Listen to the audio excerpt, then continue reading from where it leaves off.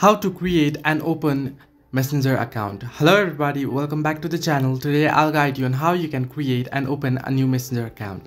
Now if you open up the Messenger app, you can see I've already logged in. You'll get an interface like this. If you haven't logged in, however, you'll get an option to log in or sign up. Now tap on three dots if you have logged in already. You can see three horizontal line icon on the top left corner of your screen, and here tap on your profile username, and you can see the create new account option popping up at the bottom of your screen. Simply tap on it, and here it will ask you to enter your name. Just type in name here and then tap on next, and it'll ask you to choose your birthday. Simply choose your birthday and then tap on next, and it'll ask you to type in your phone number, or you can sign up with email. Right here you can see the option sign up with email option just below the next option. You can either sign up with email or sign up with phone number.